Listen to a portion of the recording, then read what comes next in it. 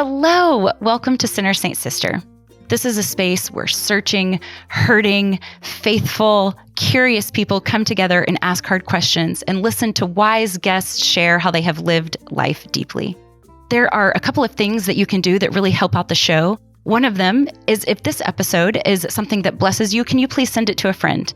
Another thing is that if you really liked it, then could you please leave a 5-star review and write something nice? You can follow along at YouTube/Allison Sullivan for some really fun extras. Find me on Instagram at Allison M. Sully and TikTok at Sullivan Family TikTok. Thanks for being here. I hope you hear something today that lets you know you are loved and helps you love one another. Welcome to Sinner Saint Sister.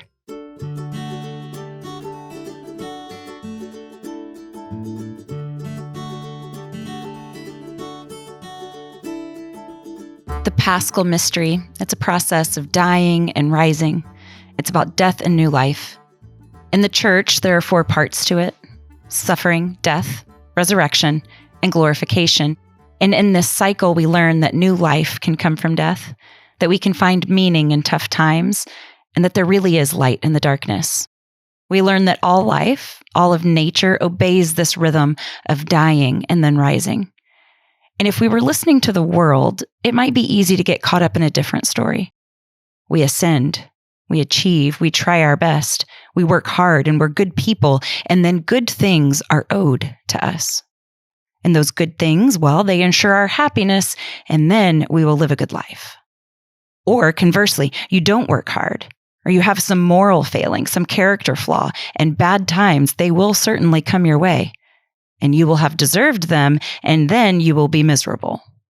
Now, we might buy into this story, but if we do, we need to be clear that it is not the Christian story that we have inherited. In fact, it's really bad theology. As Christians, we believe that the way up is down, and that the first are last, and that we are blessed when we mourn, that we lose our lives and find them. This is what it means to be countercultural.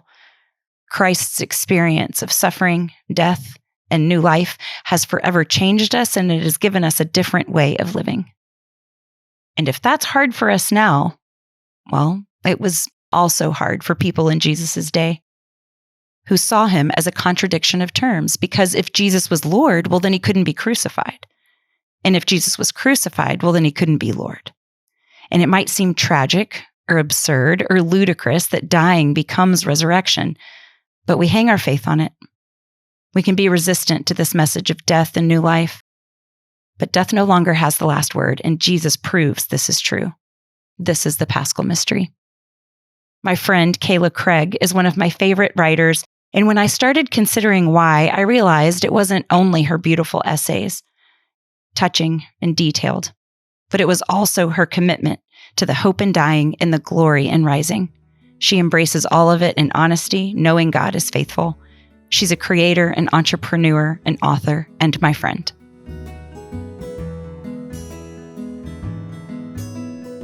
Hello, Kayla Craig. I am so happy that you're finally here. I feel like we've been trying to make this work for a while. And you are someone on the internet that I feel like I should have found much sooner. The way that you write and the way that you think and the way that you post, I am always met with you with like a feeling of relief. It's like there's this sigh that says, okay, I'm not alone here. And you might be, I don't know, like putting excellent words to a common hurt or a common frustration. You might be celebrating a simple joy or fierce love or something. Whatever the case, whatever it is that you're thinking, writing, praying about, it's always said in a way where it feels really accessible. Like even if the situation is a little bit different, it's deep but accessible. And in that space where you have created something, this common experience, it becomes really collective. And you are so good at creating a space where it feels like everyone belongs. And I'm so grateful that you're here. I wish I would have known about your work sooner, the second you started writing. But I really just found you within the last, 6 months or so, something like that. And it's been a goal of mine to have you on since that time. So I'm so glad that you're here. Welcome, welcome, welcome. Oh my gosh, that was such a gracious introduction. And the feeling is so mutual. We have had so many mutual connections and mutual Yes. friends, and our paths just didn't cross. And now it's like a treasure trove, and I'm catching up Yes. Love that. on all the good things that you're creating. So I'm really, really excited to chat today. Well, you have recently wrote a devotional. We're going to talk all about that. And I think that the topic that you've chosen, and then just like devotional in general, there's just going to be a lot of hopping off points from there. And so I'm excited about our conversation. But in an effort to introduce your own self to people that might be listening, can you start us off by telling us a little bit about who and what you love? Yes. Oh my goodness. I love so many things. I'm Enneagram 8 with a 7 wing. And so it's like I love all the things, right? Yeah. But I have 4 kids.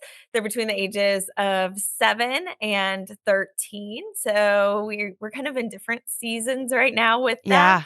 Yeah. 2 joined our family via adoption. I gave birth to 2. I love our hometown that we moved back to. My husband and I grew up here, and life took us other places, and we just kind of decided to put down roots here. I live in a former convent Oh, in Waterloo, Iowa, eastern okay. Iowa, Yes. kind of a mid-sized town. And the Sisters of Mercy used to live here in the 50s and 60s. And so I feel like when we walked into this house, it's a big old house, and I just felt the sense of peace. So I love where we live. I love our neighborhood. It's very racially and socioeconomically diverse. And yeah, I love my husband. We've been married 15 years, and I love to write. I've always written in all sorts of different ways. My background's in journalism. And now I write kind of in the spiritual formation, prayers and liturgies world. And I'm so grateful not only that I get to write, but that I get to connect with real life people and try to share words that they can borrow for their actual lives. That's what I love the most. I'm having a blast. This is completely beside the point and an aside and not important at all, but I have a blast following you on Threads. Oh. I feel you are a threaded queen. I feel like you have just taken that platform and made it your own, and I'm loving it. I feel like when I'm on Threads, I'm like throwing a pebble into this like really like, I don't know, empty abyss. And it's like, anyone? Hello? But you're killing it there, and I love it. Oh my goodness. You know what? I feel that way too, but I just decided this is going to be a space where I just show up as my weird self. You know, like this is my personal space where I'm just going to be me and show up and come see. What may. And sometimes I just shout into the void and nothing happens. And other times it's like, oh yeah, me too. That was such a weird thing you said, Kayla, but I'm totally vibing on it. I love how we can like take each platform, because you're right. Like each platform gets a version of myself, you know? Yes. And I would say that TikTok is my favorite self, you know? And so Threads, I'm still kind of trying to figure out who that girl is. I don't quite know. Okay. Well, let's start off with every season sacred. And, like I said, I feel like there's a lot of places we can go here, and I love that. So you recently wrote this devotional, and I have a confession to make, and I don't mind confessing this to you because here's why. Because I feel like you'll resonate with this sentence. I hate being normal, but I hate feeling different. Okay, so there's that. Yes. Right? Okay. Yes. Okay. Yeah. Okay. Mm-hmm. Now, I know that I can say this to you. I don't like devotionals. Oh, me neither. Me neither. There's a reason why this book never says the word devotional in it. Yeah, that's right. Okay, so I'm sorry. I shouldn't say that. Okay, so. But you're right. It is. It's kind of for a devotional for people that wouldn't normally go for a devotional. Yes. So it's funny because I sat down to like write this, and it felt a little bit uncomfortable to say it. But then I was like, no, I know that I can say this to you. And the thing about devotionals, which this is clearly not, is that they seem preachy. They seem oversimplified. They don't ever leave quite enough room for my doubts or my certainties or my bad moods. And when I tell you that this is different, I want to put in all caps, in italics, bolded and underlined all of the ways to say this is so different. You leave so much room, and I'm certain that this is intentional. So can you tell us a little bit about what your goals were? Can you tell us a little bit about your process? Well, thank you for receiving it in that way, because that was really the hope. And as I was pitching it to my publisher, they were kind of like, well, we haven't really done anything like this before. But I'm like, hear me out. I wanted to create something that cared for the soul of a parent in a way that felt applicable to our actual lives, right? That didn't turn away from the wondering and the pain and the lament and the injustice of the world, and also made space for awe and wonder and connection. And so it's kind of a 2-part book. It's split up into the 4 seasons, because I live in Iowa, right, where it's like 4 very distinct seasons. So if you don't live congratulations, in by the way. Yeah, that's totally okay. But it was just a way to kind of give some framework to the book. And there are no dates in it, which was really important to me, because I just feel like that's too much pressure. I don't have time for that. So we're split into the 4 seasons. Each season has a week.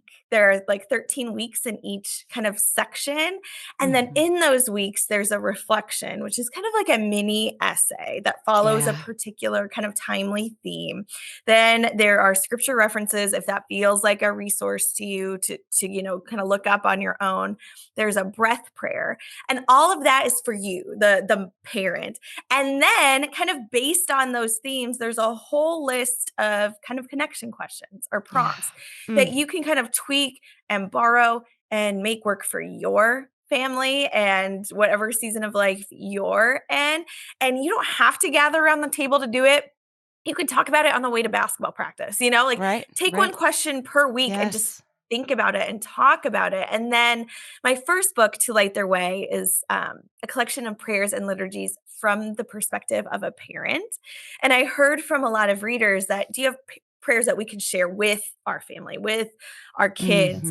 And so there's little prayers for each week. There are 2 prayers. There's kind of a younger version, a simpler language, and then there's a little bit older, a little maybe more poetic, a little deeper language, but just you can pray it if that's a resource to you. I just wanted to give parents the tools to have, because we don't have time to do anything, right? And our world is so overwhelming. Our brains are constantly flooded. How can we offer an exhale in our actual lives so that we can get on with living into our values and live out our values of caring for our kids with empathy and compassion, and all that good stuff that we want? You also have so much grace, because this is just the truth. The truth is that I will get in a mood to find a new way to work out. I will get in a mood to get a new face serum. I will get in a mood to pick up a book, and I will use it religiously for about 14 days. And then I will set it down. And then if it's good and if I enjoyed it, I will come back to it. And you leave so much room for that. You leave so much room to just be in process, and for this to not be one and done, for this to not be rigorous. And so when I say that you have allowed space, I want you to know that this is something that I have been using, and it is, I feel enveloped by such patience and kindness. And so I'm just super, super grateful. I love it so much. Highly recommend. That said, you really seem to value being in process. You are really comfortable, Kayla, with a messy middle and not in such a rush to find a tidy bow to stick on the top of something. And I think that this is so valuable because there are so many people reorienting right now. The truth is that we have been in the middle of cultural and political upheaval, and we are dealing with a church's response or a church's lack of response, and people are reckoning. And so when we're trying to get our bearings in the midst of doubt, we need something like this, to be able to pick up and come back to without the pressure, without the expectation. Do you mind talking a little bit about honest doubt? You seem to value that, and maybe allowing room in our faith for good questions. Yeah, I'm so grateful that you felt that when you Yeah. opened the book, because that was such a heart of mine and prayer of mine, that people, maybe they haven't been to church, maybe they had a hard experience in a faith Hmm. community, whatever it is, maybe they're kind of untangling, like, what did I grow up learning? What do I believe now? What do I see in my own life? What do I see in scripture? Like, everybody is on a faith journey, right? It's not like this one and done choice and then we're smooth sailing. And so I wanted to create space for parents like me that are like, I want to pass on a faith to my kids, right? There are certain things that I do believe, like I do believe, in Christ. And yet I have a lot of questions in that. So how do I answer my kids' questions when they're really difficult and I don't even know this out for myself? And so I just wanted to create a space where curiosity is welcome, where you can feel affirmed that God is not worried about your doubts, that you can have questions and you can ask those questions with your kids and you can enter Yes. into that curiosity together. Yeah. I feel like that, just even that idea of doubting, that's never permanent. It's like we always kind of tend to find our way back. And then once we found our back, we always tend to there's a wandering, right? To our spiritual, Yes. you mentioned the word Yeah. journey, and that's just it. And so in that truth of this not being a path laid with certitudes, right? That Mhm. there is this call to embrace a season. This is the season that I am in, and I can sit with it. So something is either always coming or going, right? And Right. just like we know that an endless summer, would like scorch the earth, or a never-ending winter would produce nothing. Mhm. We also know that these bad times aren't going to last forever, and we know that the good times aren't either. So I guess I'm just curious, what was it about seasons that captivated you enough to write about? Um, Yeah. what season are you in right now? How are you wintering? What's going on with you personally?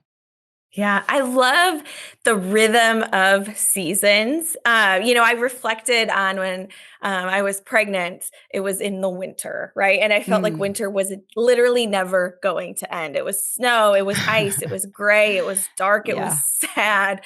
And then I had this baby, and I just look out the window and look at the tree, and the tree is barren. The tree is ice coated. And it felt like, is there anything happening under the surface? And then when I felt like I was most kind of giving up in my own mothering journey, these green sprouts started, bursting forth from these branches. And it's just this visual reminder for me that there's the cyclical nature of life, that there's the Yeah. cyclical nature of seasons, right? That time is kind of this circle that we're constantly moving through, and that God meets us in that, and that our kids are in different seasons, that we're in Mhm. different seasons Mhm. of parenting.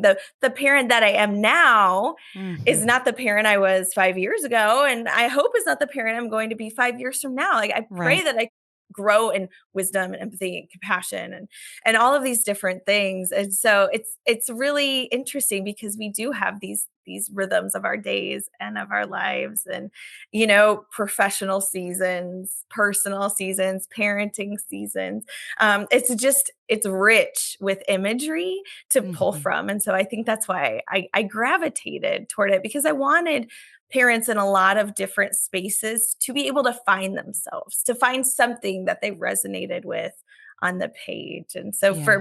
for us, in the parenting zone that we're in right now, we have a 7th grader. That's our oldest. He's 13. And I need all the tips from you about parenting teenagers, Yeah. because it Yeah. is a totally different season. It really is. Absolutely. Yeah. And then, we have a daughter that has Down syndrome, and she has a different season of developmental Mhm. growth and what she needs. And so I just feel like every kid is kind of in this different bucket. And so I am trying to grow as a mother and as a parent in my season of life, where I'm not the new mom, but I'm also not wizened and like Yeah. understand what's happening Yeah. next. So I'm kind of in that messy middle myself. Yeah. In making peace with that, even even if it's, making peace with having to wear a lot of different hats because kids are doing a lot of different things, but making peace with even like a winter, like an unproductive winter where we're really just kind of establishing roots. I think that our culture can really value this budding, this growth, this flowering, that's what we want to celebrate. But I think that we can make a mistake of easy meaning good and hard meaning bad. And so a lot of celebrating the season that we're in is kind of disrupting that bad equation. Can you talk to us a little bit about a barren winter, the necessity of something that might not look the way that the world would be quick to celebrate? Yeah, I love Catherine May's book, Wintering. Yes. And I pull from some of that in the winter Mm-hmm. section of Every Season Sacred because it was such a balm to me as of somebody that always feels like I need to be producing, that I need to be thinking ahead. I'm so future oriented. And there's kind of this rooting down in winter where you are a little more contemplative. You are a little more hibernating, and maybe our season of wintering is actually happening in the summer, but we ourselves are in, of course. kind of that season where that's not a bad thing. We wouldn't have spring if there wasn't, I'm not a botanist or a scientist, but there is life happening beyond what we can see in the winter time. And we need those times of rest and, of Sabbath. And maybe the Sabbath needs to be a whole season where we're just percolating or we're just processing. We're just letting ourselves feel our feelings, and sitting in that sadness is not a bad thing, like you said. I know you and I have a lot of the same heroes, which, by the way, I want to ask you about one.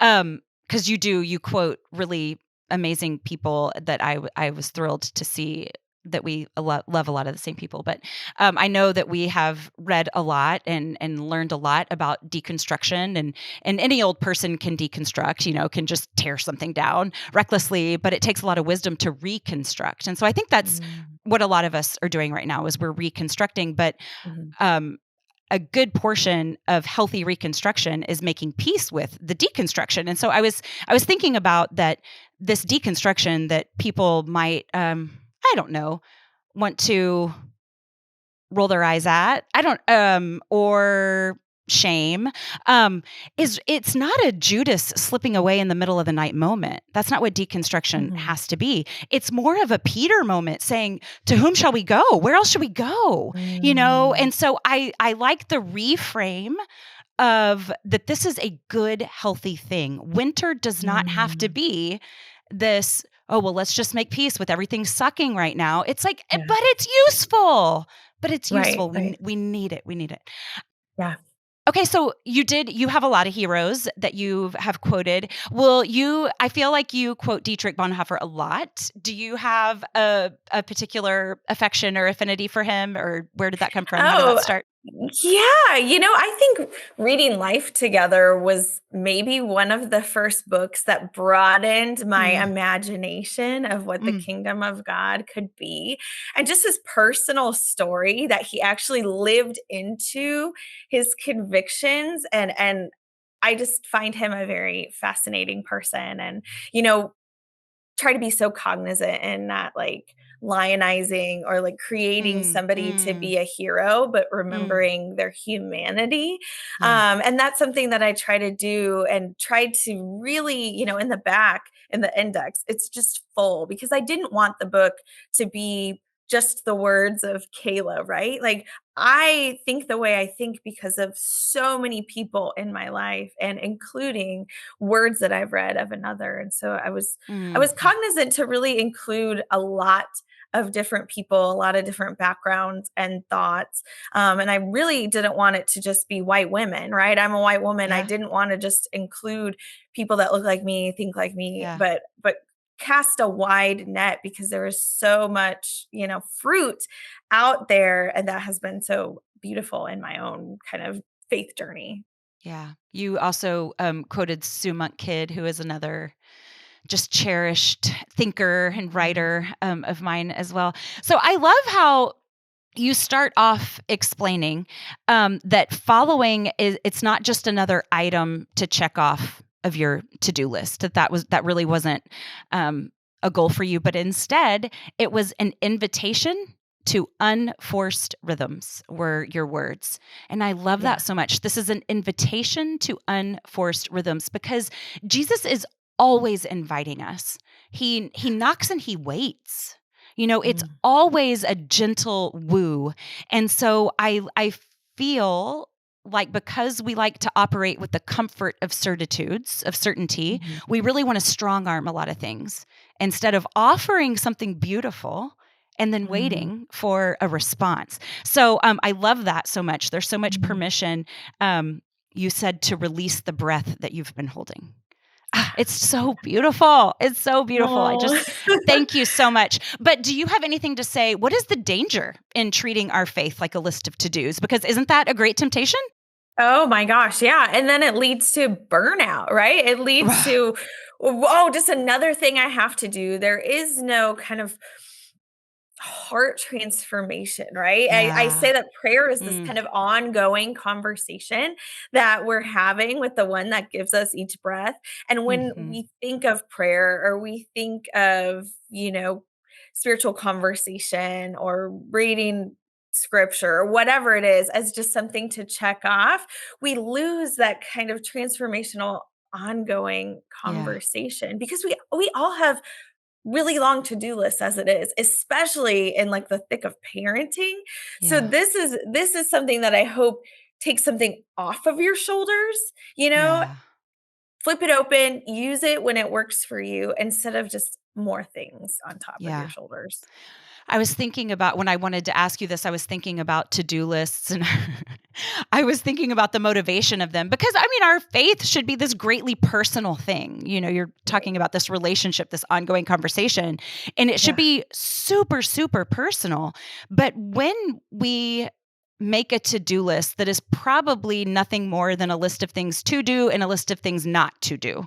And when we reduce our faith to that, if we were to get real honest about that list, if we were to get real honest about the motives underneath it, I think that potentially this can become a tit for tat relationship with God, where it's like, if I do these things, then you will answer with these things that I want. And so we get into this bargaining with God that falls so short of the intimacy that we need, that he's longing for, So when you think about a holy rhythm and when you think about the benefits of, I don't know, I just think there's something so, there's a better word than romantic that you would be able to find, but of just a slipping away, just slipping away for space and silence.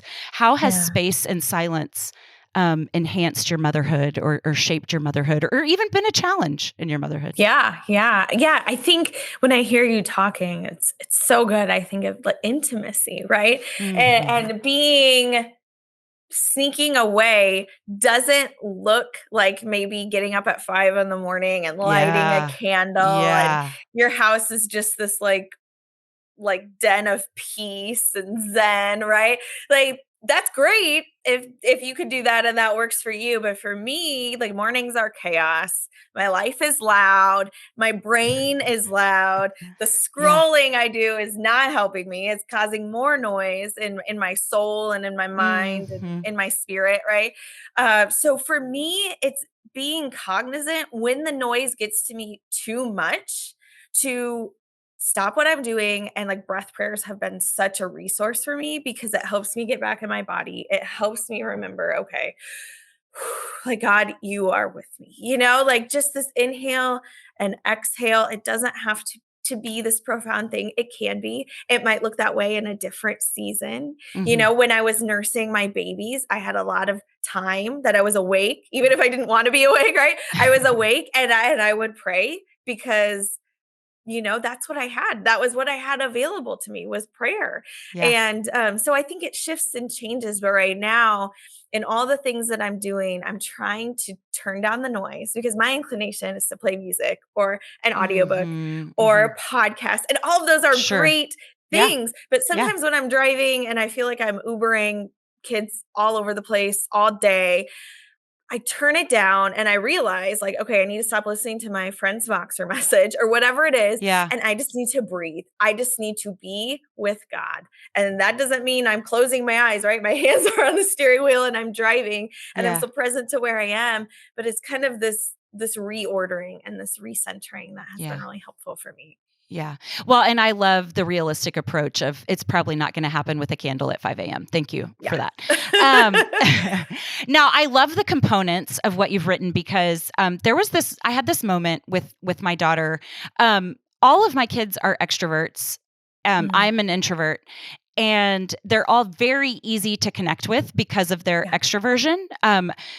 They wear their emotions on the outside. I know exactly what they're thinking. Now there's a shadow side to that too when I need some alone space. But I have one daughter who is more like me, that she's most likely to be the one to slip away upstairs and to kind of disappear into a book. Like she's the one that I really have to take by the shoulders and say, do I love you well? Like, how am I doing? I know how I'm doing with the others. I get a lot of feedback. Yeah. But what I started with her, and I don't know if we did this by accident. I don't know how, I don't remember how it started, but I ended up, because of something that worked, maybe I left her a note on her pillow and then she left me one back. And I was like, oh, this could be a thing. But we started a journal. It was just the two of us, and we would pass. I know. Isn't that precious? Maybe I saw it on something. I don't know. Yeah. But we started passing a journal back and forth, and it wasn't every night.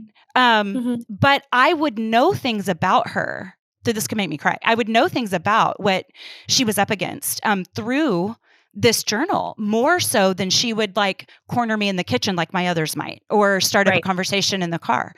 And I was so grateful that I happened upon that. And I feel like what you have created here, Kayla, I could cry about this too. It is so multifaceted. It's such a multifaceted way into our families. These relationships that we cherish the very most. You have these questions that you could ask. There's no format of how to ask them. Ask them for what works best for your family. It's not prescriptive. You have these breath prayers. There's just so many ways that you have incorporated for us to find one another, even though we're living within the same walls. Was there a favorite part for you to write? Oh my goodness. I shared, first of all, I have like my eyes are a little wet right now. So that was just so beautiful to hear, especially as somebody who processes through writing. And I consider myself pretty extroverted, but to get to the deeper stuff, I have to write it out. And so to imagine you receiving that and her sharing that is just this beautiful mutuality that is very moving. But, I think my background as a journalist really helped me when I was thinking about these connection questions. And they were so fun to write. They were fun to kind of brainstorm sometimes with my kids too, because it's so easy to default to like, did you have a good day? Or how was your day? But we kind of get the same answers all over. And so I really enjoyed brainstorming kind of these thematic questions that kind of go a little deeper. And sometimes they're funny answers, right? And sometimes they're really tough answers that we don't even have the answer for, and we kind of have to think about it. And there's other times where it's really like moving, or our kids say something that we have like sometimes my kids are like, butts, poop. And then sometimes sometimes they like come up with this profound spiritual truth. And I'm like, where did that come from? I would have never thought of it in that way. So I really liked kind of working on those questions. Yeah. Well, I there's something that suits every single personality in my home. So I don't know. I mean, I don't know how you did that, but it's truly remarkable. Before I want to finish with what you're hopeful for. I know that we just started a new year, and I love how you kind of buck that too. Like, hey, we're starting this new year, and this is like everybody thinks it's their time to be a different person, and yet we're still us. And so, but I do want to know what you're hopeful for. I usually close interviews with that question, whether it's the new year or not. But before we do it, what's going on? And like, do you feel, given all the multiple personalities when we're raising big families. All of our kids are so different. And I know that you are a parent of a kid with disabilities, as am I, adoptive and biological. And so there's just a lot going on in one home. I know that through, you process through writing, as you've mentioned, you have a lot of tools for staying true to yourself, because as you serve all of these people, there is a call back to center in order to do that well. How have you, because I think that this is true for a lot of moms, they don't feel, they might lose themselves in the serving, in this self-donative thing that we do day in and day out. Do you have any advice for a mom that might look at you or that might look at me and say, I'm raising these kids. I don't have time to be creative. I don't have time to write anything I care about. I don't have time to sit and talk with a new person who's brilliant. And, how can we encourage instead of discourage an overwhelmed mom? Gosh, I've been there. I will continue to be there. Like, that is so real. And we have so much kind of cultural expectations put on us, and at the same time, cultural guilt placed on us, whether that's kind of our outside world, even our church world, sometimes our family world, our family of origins. We saw our parents act a certain way. And so then we are pressing up against that. And I think for me is when I start to feel that way, I have to remember that God didn't make a mistake. Like, I tell my kids this, right? God didn't make a mistake in creating you. And I have to remember that God didn't make a mistake in creating me, that God is working in my life. And yes, through my family, right? That's so huge. And there are other parts of me too. And all of that makes up the mother I am, and the parent I am, and the partner I am, and the believer I am. And so remembering that, like, that pull I have to write or to connect with people, or sometimes my work takes me in traveling, that's not a bad thing. God has made me in this way. And so to incorporate, wherever you feel that tug, that pull, that's not something that, we have to be wise, but we don't have to feel guilty for that. And it might look different in different seasons, right? You have toddlers and babies. You're probably not going to have a lot of extra margin, but giving yourself space, even within that, to do something for yourself, whether that's like emotionally, mentally, professionally, spiritually, for your body, whatever it is, that's good. And that is making you a more present, more connected parent for your kids. And it's important for your kids to see you doing that. Yeah. Preaching to myself right now. Of course. Yes. And I think it's important because we can just be swallowed up by our to-do lists and the things that we feel responsible for. And I think that it's easy to look around at other people who seem to be, I don't know, it's not that we can't have everything. It's that we can't have everything at the same time.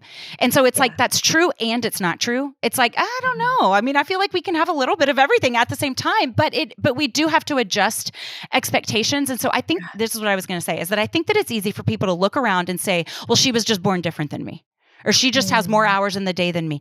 And that's actually not true. You are just as equipped to do the thing that you want to do. A lot of times I think it's making peace with what you love, because it might not be writing this beautiful, essay. It might not be, leading an interview. It might not be anything that's done on a stage, anything that even other people see.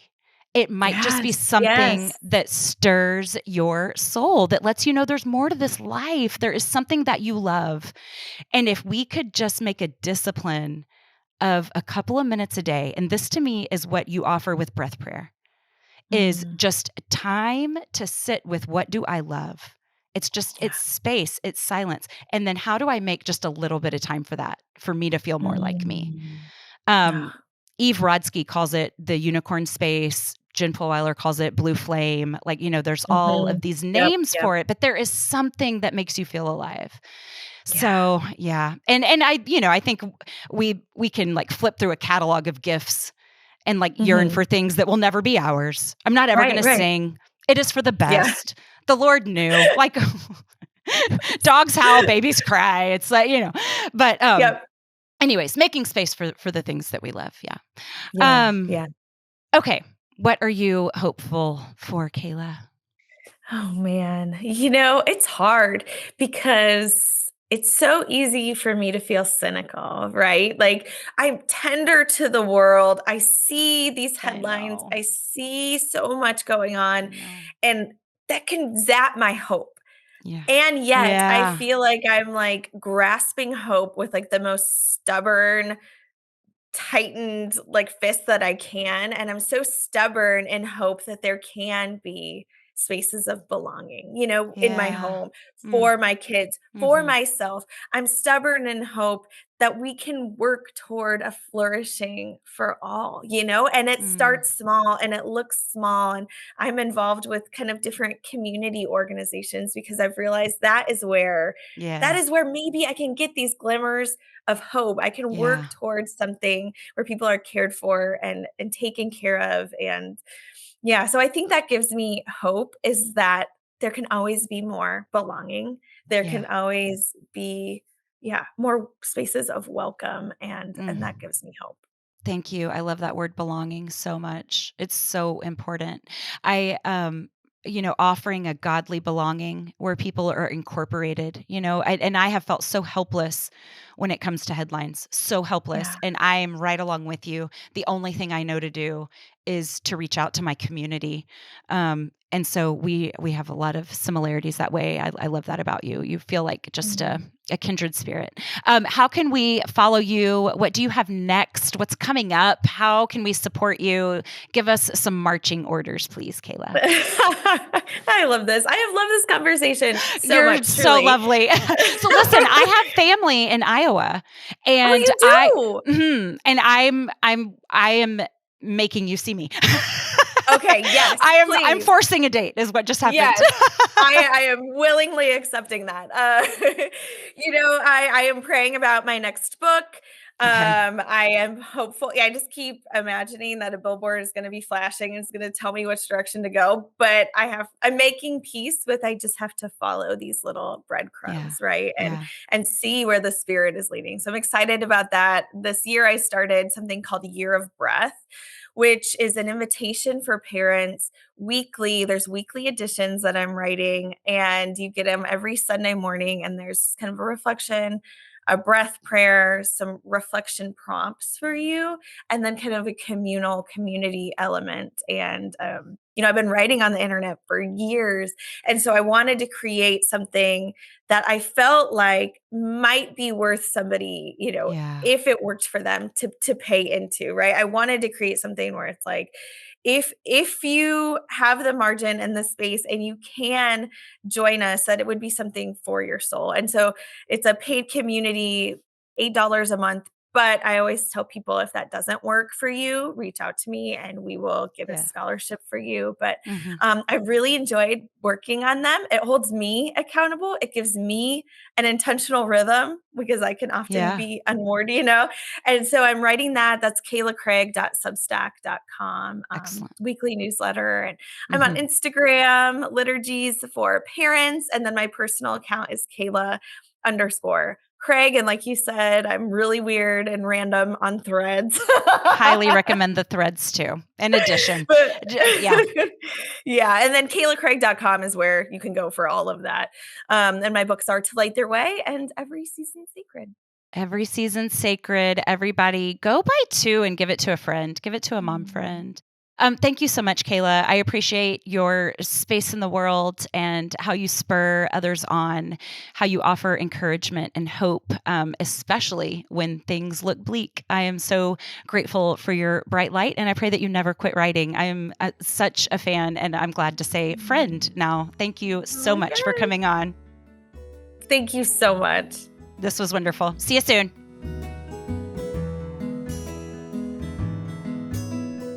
Hello, Beefy. How you doing? Hi, Beefy Beef. Glad to be here. Well, we were going to talk about rhythms and routines and things like that. And so speaking of, I have not seen you in way too long. It's good to see you. I know. We need a date. It's been a minute. So I really was excited to finally get to meet Kayla. She's a really fun follow for me. She's a beautiful writer, and I loved getting her on the show. We'd been trying for a while. So love. She has like really, really good energy. I was feeling like she's down to earth, right? Like I feel like I could hang with her, but you could just sense her wisdom and thoughtfulness that makes you want to learn from her, right? Like the perfect kind of person. Totally. Well said. She's had a lot of things that resonated with me, actually. Does your family have any, okay, I'm going to give an example because I'm like throwing this question on you so you can think about it for a second, because I have two examples and they're silly. Like I don't want depth right now. I just want, do you have an example of a time where your kids are like, Mom, do the thing because it's routine, like because it's expected or because it's rhythm? So for example, every night that we sit down to dinner, and not every night because we don't sit down to dinner every night, but you know what I mean? Yeah. When we sit down to dinner, we do happiest and crappiest. Now, I think a lot of people call it roses and thorns or whatever, but we are a happiest and crappiest. And there are times that I don't want to do happiest and crappiest because a lot of times people are talking over each other and it can be a little chaotic. Okay. So sometimes I will try to like slide right past that part and my kids are like, now hold on just a minute. Because this is this thing that they have relied on that they like. Okay. So another example, just real quick, simple. When they get out of the car for school or before they, leave the door or whatever, I have always said since they were teeny tiny, be kind, be brave, be you. Okay. So those were the three things.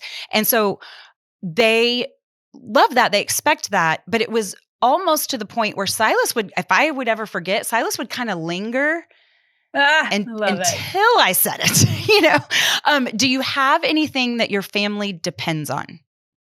Whew, that's a big question to hit me with. I depend on sounds really big, but I will tell you something right now that we're saying that we love. So both kids have done things recently that are new, that are causing a lot of anxiety, that are just making them really, really stressed. Right. And so I will say to them, they'll be like, Mom, I'm really scared. Mom, I'm really worried. And I say, what else are you? And so we've gotten to, I'm prepared. I'm smart. I'm, rusted, whatever. So every time those words come to your mind, you switch them. But then somehow we added to the list, gorgeous. So I say, what else are you? And they say, smart, prepared, and gorgeous. And then so now we'll just do a little whisper, like, you're gorgeous, like whenever they're looking nervous. You don't even know about that one. That was brand new. Oh my gosh. A lot of gorgeous speak at the Kelly house right now. Nice. So being adopted into the Sully household ASAP. Yes. They, Hope actually had a softball tryout this weekend, and Mike texted me. He was with her, and he said, "Hope's really nervous." And I texted back, "Tell her she's gorgeous." Okay, well, I need to know how was that spelled over text. I need to know. Yeah. It's hopefully a capital GAW. Like lots of adjectives. Adjectives. Yes. Vowels. I knew what you meant. How funny! Like that made sense to me. Okay, so go ahead. What are the things that really resonated with you, Beef? She just talked about being really present, and finding that space, and it's something that I've been thinking about a lot. Our pastor does a really, really good job during this service. We have a time of offering, right? So we have, worship, we have the message, and then we have the time of offering. And oftentimes in a lot of churches, including ours, that's the time of financial giving, right? We're offering our money. But there's a focus on offering ourselves in response to what we have just heard. And so we have these 2 minutes, and she sets it up every Sunday, pretty dramatically. She's like, okay, you guys, this is it. This is your time. You're about to go out into the world. After this, it's grocery lists and baseball practice and job stress and whatever else you got going. But right now this room is going to get quiet. We're going to listen to some music, and you have 2 minutes that are yours to just offer yourself and be present. And it is profound, Beef. It has become a whole thing. Want to hear what I heard in my 2 minutes? Mike and I talk about it on the way home from church, and it is without fail. It's a very clear, reach out to this person, tell Miles the answer is yes to that thing that he's been wanting to do. Just very like concrete things, but just being present, being intentional has had such an impact. And it is 2 minutes the entire week. And so I've been thinking about trying to increase that to, maybe a hot 5 minutes per week. But anyway, that came to mind. Just that's what it is that I'm craving, is the things that she's talking about, is just having that connection, right? And making that a rhythm and a ritual. Well, and okay, so funny. I bet that if she ever forgot or something was running long and she wanted to skip that or whatever, that y'all would respond. Y'all would say, hey, wait. 100%. This is this thing that we've come to rely on that brings us comfort. So I love the idea of ritual or rhythm that brings us comfort, that kind of roots us to this. I have this dear friend, her name's Rocky McCormick. Everybody go follow faster. And so she's just a dear friend. She's been on the show before. And she will put out a Facebook post like, oh, it's family prayer time. Put your either DM me or put your prayer requests in the comments. And it can, just sometimes people will just say personal intention. And it's this rhythm for her family that I bet they love. And I can't imagine doing that, but why can't 2 minutes become 5? Why can't we build off these things? Anyways, this book of Kayla's is just such a valuable resource for all of these ideas. It's not just one idea. Like you don't have to just sit down and do this one thing, but there's multiple things that we can do together to be more connected. What's something that you're doing right now?